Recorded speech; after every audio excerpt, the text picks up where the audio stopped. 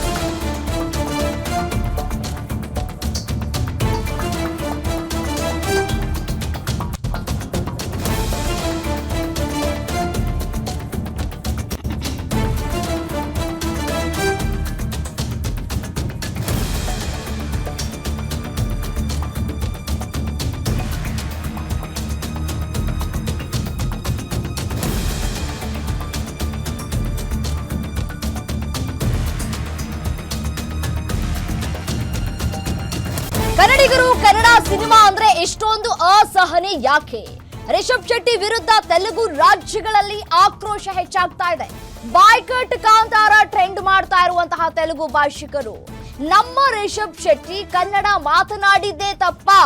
ನೆನೆ ಹೈದರಾಬಾದ್ ನಲ್ಲಿ ನಡೆದಿದ್ದಂತಹ Kantara pre release event ನಲ್ಲಿ ಕನ್ನಡದಲ್ಲೇ ಮಾತನಾಡಿದಂತಹ ರಿಷಬ್ ಶೆಟ್ಟಿ ಪ್ರೀತಿಯಿಂದ ಮನಸ್ಸಿನಿಂದ ಮಾತನಾಡೋದಕ್ಕೆ ಕನ್ನಡದಲ್ಲೇ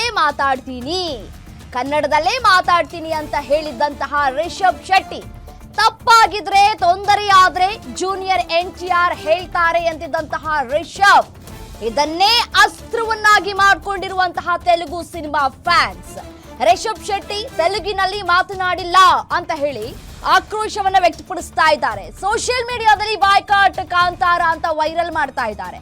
ಕನ್ನಡ ಮಾತಾಡಿದ್ದೇ ತಪ್ಪು ಅಂತ ಬಿಂಬಿಸ್ತಾ ಇರುವಂತಹ ತೆಲುಗು ಫ್ಯಾನ್ಸ್.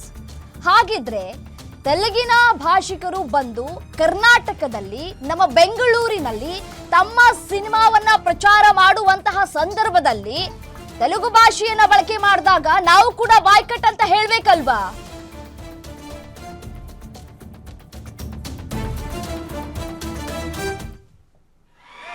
అందరికీ నమస్కారం.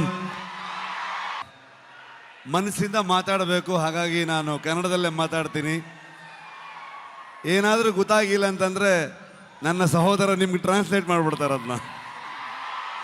ಇದು ನಮ್ಮಿಬ್ಬರದ್ದು ಅಂಡರ್ಸ್ಟ್ಯಾಂಡಿಂಗ್ ಕೆಳಗಡೆಗೆ. అందరికీ ನಮಸ್ಕಾರಂ. ಮನಸ್ಸಿಂದ ಮಾತಾಡಬೇಕು, ಹಾಗಾಗಿ ನಾನು ಕನ್ನಡದಲ್ಲೇ ಮಾತಾಡ್ತೀನಿ. ಏನಾದರೂ ಗೊತ್ತಾಗಿಲ್ಲ ಅಂತಂದರೆ ನನ್ನ ಸಹೋದರ ನಿಮ್ಗೆ ಟ್ರಾನ್ಸ್ಲೇಟ್ ಮಾಡಿಬಿಡ್ತಾರೆ ಅದನ್ನ. ಇದು ನಮ್ಮಿಬ್ಬರದ್ದು ಅಂಡರ್ಸ್ಟ್ಯಾಂಡಿಂಗ್ ಕೆಳಗಡೆಗೆ. అందరికీ ನಮಸ್ಕಾರಂ. ಮನಸ್ಸಿಂದ ಮಾತಾಡಬೇಕು, ಹಾಗಾಗಿ ನಾನು ಕನ್ನಡದಲ್ಲೇ ಮಾತಾಡ್ತೀನಿ. ಏನಾದರೂ ಗೊತ್ತಾಗಿಲ್ಲ ಅಂತಂದರೆ ನನ್ನ ಸಹೋದರ ನಿಮ್ಗೆ ಟ್ರಾನ್ಸ್ಲೇಟ್ ಮಾಡಿಬಿಡ್ತಾರೆ ಅದನ್ನ. ಇದು ನಮ್ಮಿಬ್ಬರದ್ದು ಅಂಡರ್ಸ್ಟ್ಯಾಂಡಿಂಗ್ ಕೆಳಗಡೆಗೆ. అందరికీ ನಮಸ್ಕಾರಂ. ಮನಸ್ಸಿಂದ ಮಾತಾಡಬೇಕು, ಹಾಗಾಗಿ ನಾನು ಕನ್ನಡದಲ್ಲೇ ಮಾತಾಡ್ತೀನಿ. ಏನಾದರೂ ಗೊತ್ತಾಗಿಲ್ಲ ಅಂತಂದರೆ ನನ್ನ ಸಹೋದರ ನಿಮ್ಗೆ ಟ್ರಾನ್ಸ್ಲೇಟ್ ಮಾಡಿಬಿಡ್ತಾರೆ ಅದನ್ನ. ಇದು ನಮ್ಮಿಬ್ಬರದ್ದು ಅಂಡರ್ಸ್ಟ್ಯಾಂಡಿಂಗ್ ಕೆಳಗಡೆಗೆ. అందరికీ ನಮಸ್ಕಾರಂ. ಮನಸ್ಸಿಂದ ಮಾತಾಡಬೇಕು, ಹಾಗಾಗಿ ನಾನು ಕನ್ನಡದಲ್ಲೇ ಮಾತಾಡ್ತೀನಿ. ಏನಾದರೂ ಗೊತ್ತಾಗಿಲ್ಲ ಅಂತಂದರೆ ನನ್ನ ಸಹೋದರ ನಿಮ್ಗೆ ಟ್ರಾನ್ಸ್ಲೇಟ್ ಮಾಡಿಬಿಡ್ತಾರೆ ಅದನ್ನ. ಇದು ನಮ್ಮಿಬ್ಬರದ್ದು ಅಂಡರ್ಸ್ಟ್ಯಾಂಡಿಂಗ್ ಕೆಳಗಡೆಗೆ. అందరికీ ನಮಸ್ಕಾರಂ.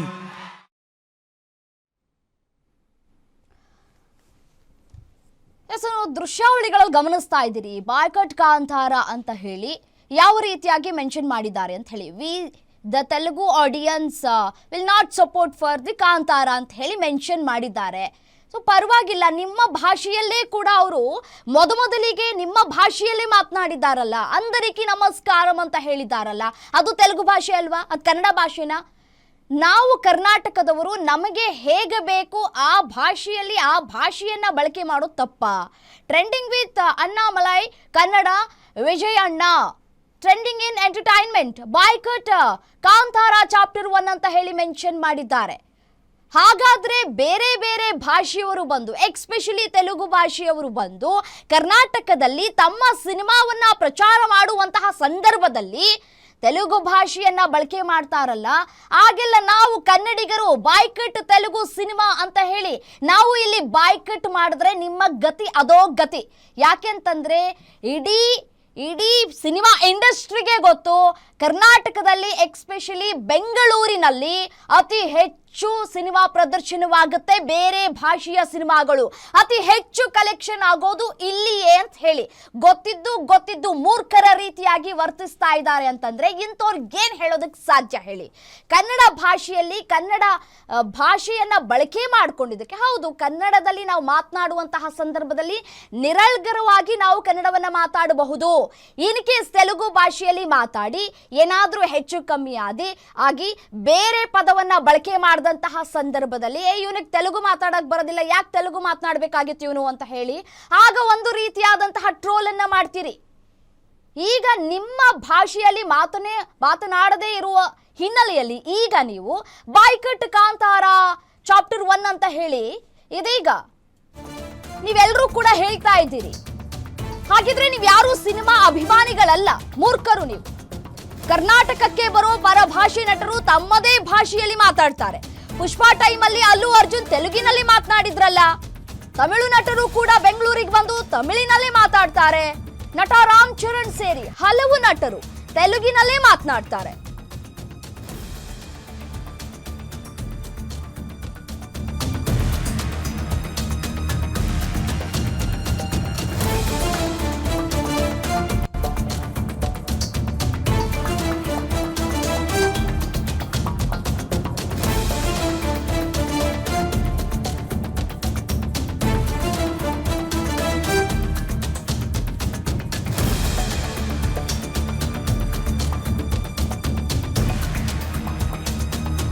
ರಿಷಬ್ ಶೆಟ್ಟಿ ಕನ್ನಡದಲ್ಲಿ ಪ್ರೀತಿಯಿಂದ ಮಾತಾಡಿದ್ದೆ ತಪ್ಪ?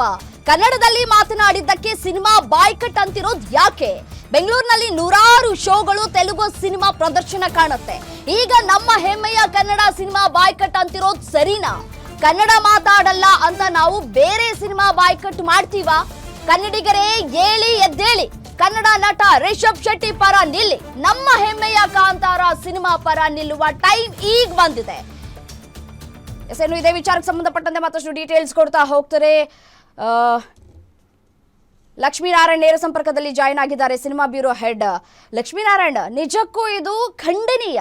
ನಾವು ನಮ್ಮ ಭಾಷೆಯನ್ನ ಪದ ಬಳಕೆ ಮಾಡೋದು ತಪ್ಪು ಅಂತಂದ್ರೆ ಈಗ ಕರ್ನಾಟಕಕ್ಕೆ ಬಂದಂತಹ ಸಂದರ್ಭದಲ್ಲಿ, ಬೆಂಗಳೂರಿಗೆ ಬಂದಂತಹ ಸಂದರ್ಭದಲ್ಲಿ ತೆಲುಗು ನಟ ನಟಿಯರು ತೆಲುಗು ಭಾಷೆಯನ್ನ ಬಳಕೆ ಮಾಡಿಕೊಂಡು ಇಲ್ಲಿ ಮಾತನಾಡ್ತಾರೆ. ನಾವು ಅವಾಗ ಬಾಯ್ಕಟ್ ಹೇಳ್ಬೋದಾಗಿತ್ತಲ್ಲ, ಯಾಕೆ ಈ ದುರುದ್ದೇಶ ಅಂತ ಹೇಳಿ? ಇವ್ರು ನಿಜಕ್ಕೂ ಸಿನಿಮಾ ಅಭಿಮಾನಿಗಳ ಅಲ್ಲ ಅಂತ ಕಾಣಿಸ್ತಾ ಇದೆ. ಎಕ್ಸಾಕ್ಟ್ಲಿ ರಮ್ಯಾ, ಅಂದ್ರೆ ಭಾಷಾಭಿಮಾನ ಇರಬೇಕು, ಅದು ಎಷ್ಟರ ಮಟ್ಟಿಗೆ ಇರಬೇಕು ಅನ್ನೋದಕ್ಕೆ ಈ ಥರದ ಒಂದು ಘಟನೆಗಳು ಪದೇ ಪದೇ ಮರುಕಳಿಸ್ತಾ ಇರ್ತವೆ. ನಾವು ಅದನ್ನು ಸುದ್ದಿಗಳ ಮೂಲಕ ಬಿತ್ತರಿಸ್ತಾ ಇರ್ತೀವಿ. ರಿಷಬ್ ಶೆಟ್ಟಿ ಅವರಿಗೆ ನಾನು ಲೆಟ್ ಮಿ ಕಂಪ್ಲೀಟ್ ಇದು ಎಲ್ಲರಿಗೂ ಗೊತ್ತಾಗಬೇಕಾಗಿರ್ತಕ್ಕಂಥ ವಿಚಾರ ಏನಪ್ಪ ಅಂದರೆ, ರಿಷಬ್ ಶೆಟ್ಟಿ ಅವರಿಗೆ ಕನ್ನಡ ಹಿಂದಿ ಬಿಟ್ಟರೆ ಬೇರೆ ಭಾಷೆ ನೀಟಾಗಿ ಮಾತಾಡೋದಕ್ಕೆ ಬರಲ್ಲ. ಹಾಗಾಗಿ ಯಾವ ಭಾಷೆ ಅವರಿಗೆ ಕಂಫರ್ಟಬಲ್ ಅನಿಸುತ್ತೋ ಆ ಭಾಷೆಯಲ್ಲಿ ಮಾತಾಡ್ತಾರೆ ಅವರು. ಈಗ ನಾವು ಅವರ ಈ ಹಿಂದೆ ಕೊಟ್ಟಿರ್ತಕ್ಕಂಥ ಎಲ್ಲ ಸಂದರ್ಶನಗಳನ್ನು ನೋಡಿದಾಗ ಅವರು ಬಹುತೇಕ ಇಂಗ್ಲೀಷ್ ಸಂದರ್ಶನಗಳಲ್ಲೂ ಕೂಡ ಹಿಂದಿಯಲ್ಲೇ ಮಾತಾಡಿದ್ದಾರೆ. ನಮ್ಮ ಆ ಪಕ್ಕದಲ್ಲಿರ್ತಕ್ಕಂಥ ಆಂಧ್ರದಲ್ಲೂ ಕೂಡ ಅವರು ಹಿಂದಿಯಲ್ಲಿ ಮಾತಾಡಿದ್ರೆ ಅವರಿಗೆ ಅರ್ಥ ಆಗಲ್ಲ. ಹಾಗಾಗಿ ಕನ್ನಡ ತೆಲುಗು ಅಕ್ಕಪಕ್ಕದ ರಾಜ್ಯಗಳಾಗಿರೋದ್ರಿಂದ ಕನ್ನಡದಲ್ಲಿ ಮಾತಾಡಿದ್ರೆ ಅರ್ಥ ಆಗುತ್ತೆ ಅಂತಕ್ಕಂಥ ನಿಟ್ಟಿನಲ್ಲಿ ಅವರು ಕನ್ನಡದಲ್ಲೇ ಮಾತಾಡಿದ್ದಾರೆ. ಅಂದರಿಕಿ ನಮಸ್ಕಾರಂ ಅಂತಕ್ಕಂತಹ ತೆಲುಗು ಪದದಿಂದನೇ ಅವರು ಭಾಷಣ ಶುರು ಮಾಡ್ತಾರೆ. ಪಕ್ಕದಲ್ಲೇ ಜೂನಿಯರ್ NTR ಕೂಡ ಇರ್ತಾರೆ. ನನ್ನ ಸಹೋದರರಾದಂಥ ಜೂನಿಯರ್ NTR ಅವರು ನಾನೇನಾದರೂ ತಪ್ಪಾಗಿ ಮಾತಾಡಿದ್ರೆ ಅಥವಾ ನಿಮ್ಗೆ ಅರ್ಥ ಆಗಿಲ್ಲ ಅಂತಂದರೆ ನನ್ನ ಸಹೋದರ ಸಮಾನರಾದಂಥ ಜೂನಿಯರ್ NTR ಅವರು ನಿಮಗೆ ಅದನ್ನು ಟ್ರಾನ್ಸ್ಲೇಟ್ ಮಾಡ್ತಾರೆ ಅಂತಕ್ಕಂಥ ಮಾತನ್ನು ಕೂಡ ಸ್ಪಷ್ಟಪಡಿಸ್ತಾರೆ ರಿಷಬ್ ಶೆಟ್ಟಿ ಅವರು.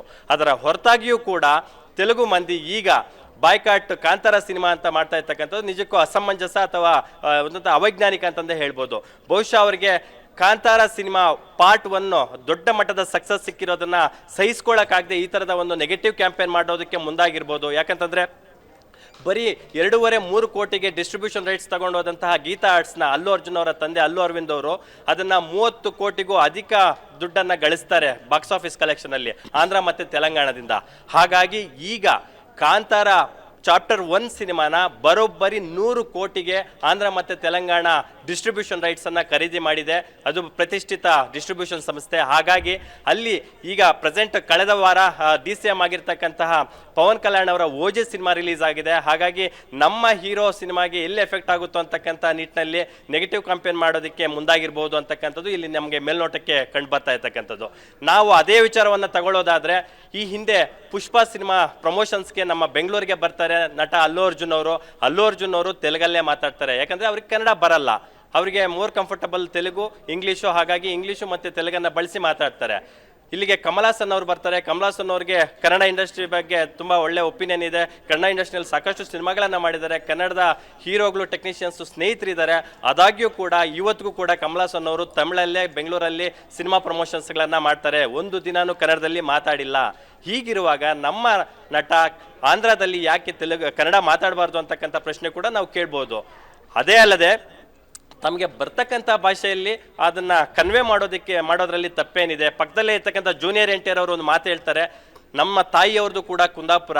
ನಮ್ಮ ಅಜ್ಜಿ ಕತೆಗಳನ್ನು ಹೇಳ್ತಾ ಇದ್ರು ಪಂಜುರ್ಲಿ ದೈವದ ಬಗ್ಗೆ ಎಲ್ಲನೂ. ಆ ಕತೆಗಳಿಗೆ ಇವತ್ತು ಈ ನಿರ್ದೇಶಕರು ದೃಶ್ಯ ರೂಪ ಕೊಟ್ಟಿದ್ದಾರೆ. ಇವರಲ್ಲಿ ಒಬ್ಬ ಒಳ್ಳೆ ನಿರ್ದೇಶಕನೂ ಇದ್ದಾರೆ, ಜೊತೆಗೆ ಒಳ್ಳೆ ಕಲಾವಿದ ಕೂಡ ಇದ್ದಾರೆ. ಎಲ್ಲದಕ್ಕಿಂತ ಹೊರತಾಗಿ ಚಿತ್ರರಂಗದ 24 ಡಿಪಾರ್ಟ್ಮೆಂಟ್ಗಳಲ್ಲಿ ಯಾವ ಡಿಪಾರ್ಟ್ಮೆಂಟ್ ಕೊಟ್ಟರು ಅದರಲ್ಲಿ he is the finest person ಅಂತಕ್ಕಂಥ ಮಾತನ್ನ ಅಲ್ಲು ಅರ್ಜುನ್ ಜೂನಿಯರ್ NTR ಅವರೇ ಹೇಳಿದ್ದಾರೆ. ಹೀಗಿರುವಾಗ ಅವ್ರ ಬಗ್ಗೆ ನೆಗೆಟಿವ್ ಕ್ಯಾಂಪೇನ್ ಯಾಕೆ ಮಾಡ್ತಾ ಇದ್ದಾರೆ ಅಂತಕ್ಕಂಥದ್ದು ನಮಗೆ ಯಕ್ಷ ಪ್ರಶ್ನೆಯಾಗಿ ಕಾಡ್ತಾ ಇರ್ತಕ್ಕಂಥದ್ದು. ಲಕ್ಷ್ಮಿ ನೋಡಿ, ಸಹ ನಟರು ಒಪ್ಪಿಗೆಯನ್ನ ಸೂಚಿಸಿದ್ರೂ ಕೂಡ ನಟ ನಟಿಯರಲ್ಲಿ ಯಾವುದೇ ರೀತಿಯಾದಂತಹ ಆಕ್ಷೇಪಗಳು ಇಲ್ಲಿ ವ್ಯಕ್ತವಾಗ್ತಾ ಇಲ್ಲ. ಅಭಿಮಾನಿಗಳು ಅಂತ ಹೇಳಿ ಅಂದ್ಕೊಂಡು ಇದ್ದಂಥವರು ಈಗ ಈ ರೀತಿಯಾಗಿ ವರ್ತಿಸ್ತಾ ಇದ್ದಾರೆ. ಇದಕ್ಕೆ ಯಾರ ಹೊಣೆ? ಯಾಕಾಗಿ ಇದು ಶುರುವಾಯಿತು? ಯಾಕೆಂದ್ರೆ ಅವರು ಮೊದಲಿಗೆ ತೆಲುಗು ಭಾಷೆಯನ್ನೇ ಬಳಕೆ ಮಾಡ್ಕೊಂಡಿದ್ದಾರೆ. ಹಾಗೆ ನೋಡೋಕೋದ್ರೆ ಕರ್ನಾಟಕಕ್ಕೆ ಬರುವಂತಹ ಎಲ್ಲಾ ತೆಲುಗು ಸಿನಿಮಾಗಳನ್ನ ನಾವು ಬಾಯ್ಕಟ್ ಮಾಡ್ತಾ ಹೋದ್ರೆ ಇವ್ರು ಯಾರು ಕೂಡ ಕಾಣ ಸಿಗೋದಿಲ್ಲ. ತೆಲುಗು ಇಂಡಸ್ಟ್ರಿಯವರೇ ಮರೆಯಾಗೋಗ್ಬಿಡ್ತಾರೆ. ಎಕ್ಸಾಕ್ಟ್ಲಿ ರಮ್ಯ, ಒಳ್ಳೆ ಮಾತನ್ನ ಹೇಳಿದ್ರಿ. ನಾವು ಕನ್ನಡಿಗರು ವಿಶಾಲ ಹೃದಯದವರು ಅಂತಕ್ಕಂಥ ಮಾತನ್ನ ಪದೇ ಪದೇ ನಾವು ನೆನಪಿಸ್ಕೊಳ್ಬೇಕಾಗುತ್ತೆ. ಯಾಕಂತಂದ್ರೆ ಕರ್ನಾಟಕದಲ್ಲಿ ಎಸ್ಪೆಷಲಿ ಬೆಂಗಳೂರಲ್ಲಿ ಪರಭಾಷಾ ಸಿನಿಮಾಗಳು ಬ್ಲಾಕ್ ಬಸ್ಟರ್ ಹಿಟ್ ಆಗಿದೆ ಅಂತಂದ್ರೆ ವಿಶ್ವದೆಲ್ಲೆಡೆ ಆ ಸಿನಿಮಾ ದೊಡ್ಡ ಮಟ್ಟಕ್ಕೆ ಬಾಕ್ಸ್ ಆಫೀಸ್ ಕಲೆಕ್ಷನ್ ಮಾಡುತ್ತೆ ಅಂತಕ್ಕಂಥದ್ದು ಖಾತ್ರಿಯಾಗುತ್ತೆ. ಅದೇ ನಿಟ್ಟಿನಲ್ಲಿ ತೆಲುಗು ಅವರಿರ್ಬೋದು, ಮಲಯಾಳಂ ಅವರಿರ್ಬೋದು, ಅಥವಾ ತಮಿಳಿಗರಿರ್ಬೋದು, ಅಥವಾ ಬಾಲಿವುಡ್ ಹೀರೋಗಳೇ ಇರ್ಬೋದು, ಅವರ ಎಲ್ಲ ಸಿನಿಮಾಗಳು ಕೂಡ ನಮ್ಮ ಕರ್ನಾಟಕನೇ ಅವ್ರಿಗೆ ಟೆಸ್ಟಿಂಗ್ ಪಾಯಿಂಟು ಬಾಕ್ಸ್ ಆಫೀಸ್ಗೆ. ಹಾಗಾಗಿ ಬೆಂಗಳೂರಲ್ಲಿ ಸಿನಿಮಾಗಳು ದೊಡ್ಡ ಮಟ್ಟಕ್ಕೆ ಆಗ್ತವೆ. ನಾವು ಅವ್ರ ಸಿನಿಮಾಗಳು ಬಂದಾಗ ಯಾರಿಗೂ ಬಾಯ್ಕಾಟ್ ಅಂತ ಮಾಡಿಲ್ಲ. ನಾವು ಯಾವತ್ತೂ ಅಥವಾ ರಿಷಬ್ ಶೆಟ್ಟಿ ಅವರು ಮೊನ್ನೆ ಕಮಲ್ ಹಾಸನ್ ಅವರು ನಮ್ಮ ಕನ್ನಡಕ್ಕೆ ಅವಮರ್ಯಾದೆ ಮಾಡ್ದಂಗೆ ಅಲ್ಲಿ ಹೋಗ್ಬಿಟ್ಟು ನಮ್ಮ ಕನ್ನಡ ಭಾಷೆಯಿಂದ ನಿಮ್ಮ ತೆಲುಗು ಭಾಷೆ ಬಂದಿದೆ ಅಂತ ಅವರ ಭಾಷೆಯನ್ನು ಕೀಳಾಗಿ ಮಾತಾಡಿಲ್ಲ, ಅಥವಾ ಕಾರ್ಯಕ್ರಮಕ್ಕೆ ಲೇಟಾಗಿ ಹೋಗಿ ಕ್ಷಮೆ ಕೇಳುವಂತಹ ಪ್ರಮೇಯನೂ ಆಗಿಲ್ಲ. ಈ ಎಲ್ಲ ಇದ್ಕೊಂಡು ಬೇಕು ಅಂತಲೇ ಈ ಥರದ ಇದನ್ನ ಮಾಡ್ತಾ ಇರ್ತಕ್ಕಂಥದ್ದು. ಜೊತೆಗೆ ನಮ್ಮ ನೆಲದ ಮಣ್ಣಿನ ಸೊಗಡು ಸೊಬಗನ್ನ ವಿಶ್ವಸಂಸ್ಥೆಯವರೆಗೂ ಸಾರದಂತಹ ರಿಷಬ್ ಶೆಟ್ಟಿ ಅವರ ಬಗ್ಗೆ, ಅವರ ಸಿನಿಮಾದ ಬಗ್ಗೆ ನೆಗೆಟಿವ್ ಕಂಪೇನ್ ಮಾಡ್ತಾ ಇರ್ತಕ್ಕಂಥದ್ದು ಸಾಕಷ್ಟು ಅನುಮಾನಗಳಿಗೆ ಎಡೆ ಮಾಡಿರ್ತಕ್ಕಂಥದ್ದು. ಜೊತೆಗೆ ಅಲ್ಲಿ ಪವನ್ ಕಲ್ಯಾಣ್ ಅವರ ಓಜೆ ಸಿನಿಮಾ ದೊಡ್ಡ ಮಟ್ಟಕ್ಕೆ ಏನು ಬಾಕ್ಸ್ ಆಫೀಸ್ ಕಲೆಕ್ಷನ್ ಮಾಡ್ತಾ ಇದೆ. ಆ ಸಿನಿಮಾಗೆ ಎಲ್ಲಿ ಎಫೆಕ್ಟ್ ಆಗುತ್ತೋ ಅಂತಕ್ಕಂಥ ನಿಟ್ಟಿನಲ್ಲಿ ಬಹುಶಃ ಪವನ್ ಕಲ್ಯಾಣ್ ಅವರ ಒಂದಷ್ಟು ಫ್ಯಾನ್ಸು ಸೇರಿಕೊಂಡು ಈ ನೆಗೆಟಿವ್ ಕ್ಯಾಂಪೇನ್ ಶುರು ಮಾಡಿರ್ಬೋದು ಅಂತಕ್ಕಂಥದ್ದು ಮೇಲ್ನೋಟಕ್ಕೆ ಕಂಡು ಬರ್ತಾ ಇರ್ತಕ್ಕಂಥದ್ದು ರಮ್ಯಾ.